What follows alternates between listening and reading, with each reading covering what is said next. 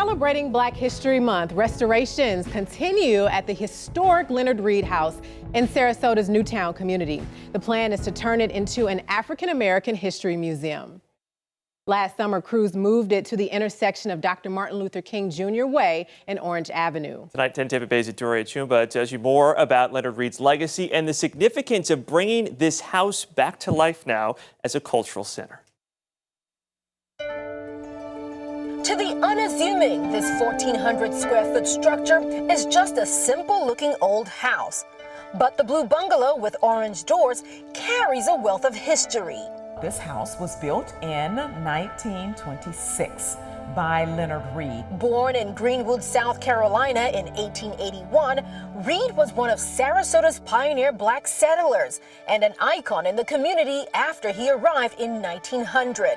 On the very porch where we're partly standing, kids would pass by and books would be handed out to the children in the Overtown community. Who is Leonard Reid? Leonard Reid is an African-American man, very, very brilliant.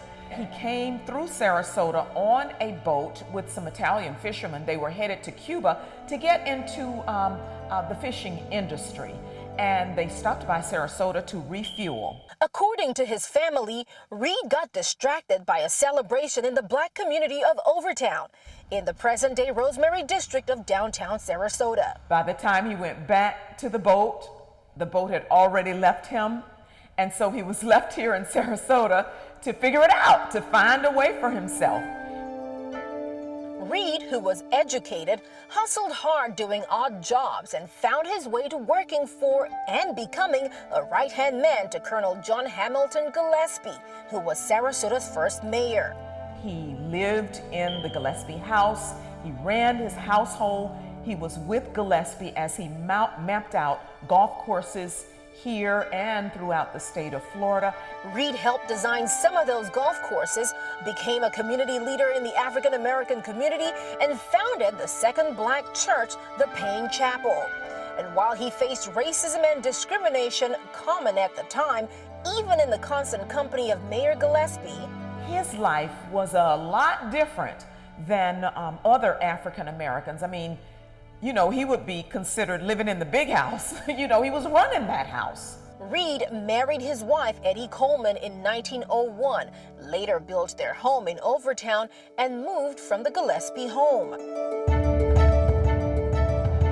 What was the significance of moving this house from this previous location to this current location? This is about the center of town, almost. People see it.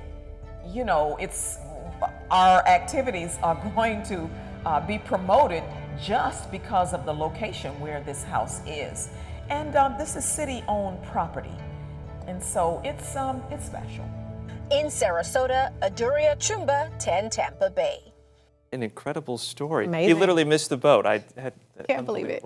The organization recently did receive an anonymous donation of $100,000 that'll go toward these repairs and renovations. Yes, and they plan to complete the house by April 2023.